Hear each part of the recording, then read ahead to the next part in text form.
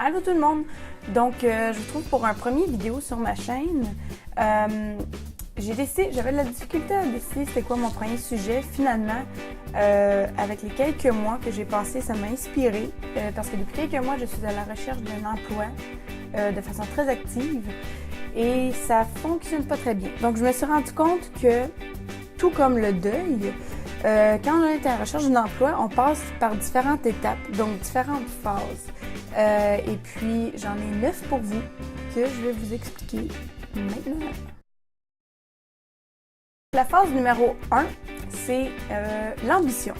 Tu commences à appliquer pour des jobs, premièrement, tu recherches pour des jobs, tu commences à appliquer pour des jobs que tu sais que tu n'es tellement pas qualifié, mais que ça a l'air tellement le fun à faire.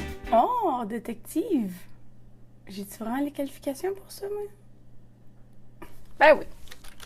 Phase numéro 2, l'enthousiasme. Donc, tu te réveilles à chaque matin, tu fais ton petit café pour te remonter le moral un peu, puis pour te réveiller surtout. Et puis, tu t'installes à ton ordinateur, puis tu commences à appliquer pour des jobs. Ah, OK. On commence la journée. Donc, phase numéro 3, espoir.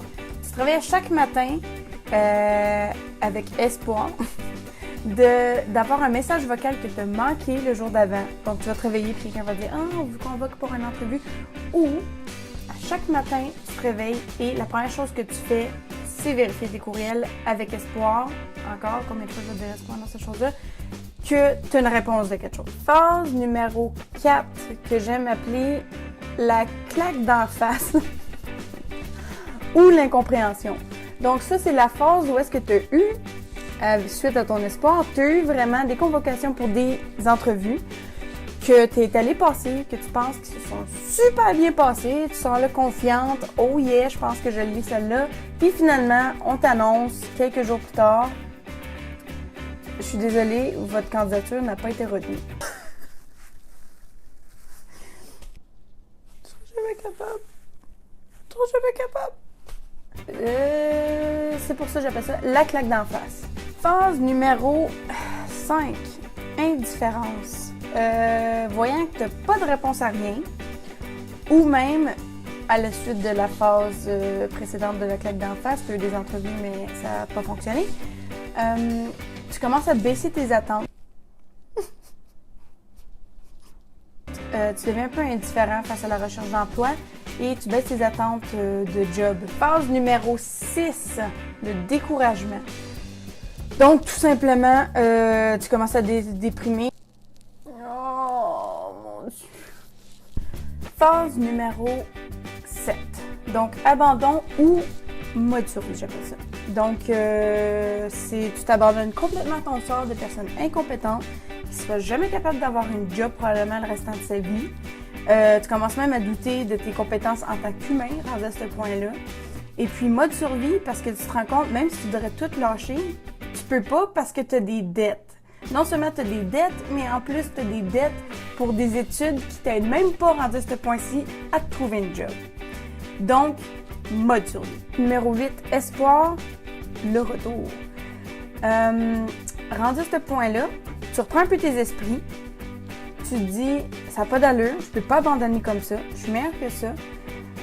Puis là, tu commences à te dire, ça va bien finir par arriver. Hein? Ça va finir par arriver, c'est certain.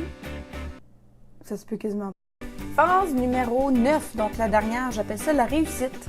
La réussite, elle peut être séparée en deux catégories. Donc, il y a la réussite 1, que tu as la job de tes rêves, que tu vas te réveiller à chaque matin avec le goût d'aller travailler, très bien payé, avantages sociaux, c'est merveilleux. Oh my God! Yes! Oh! Ou l'option numéro 2, qui est un peu encore en contact avec le mode survie.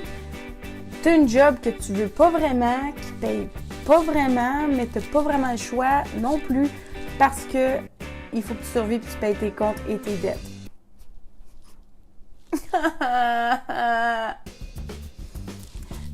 C'est souvent un ou l'autre. C'est tout pour mon première vidéo sur YouTube.